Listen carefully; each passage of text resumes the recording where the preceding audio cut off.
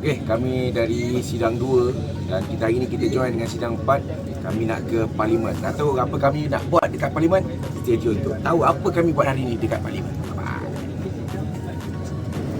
Kita akan pergi ke Parlimen. Parlimen. Jom kita ke Parlimen.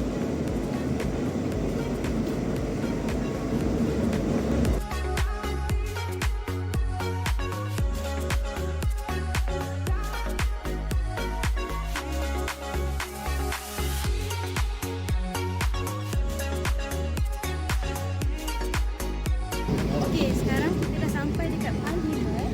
Kalau tengok dekat belakang ni ramai cadets yang tak sabar nak masuk Parlimen sebab orang kebanyakan dah tengok set saja. Oh, okey.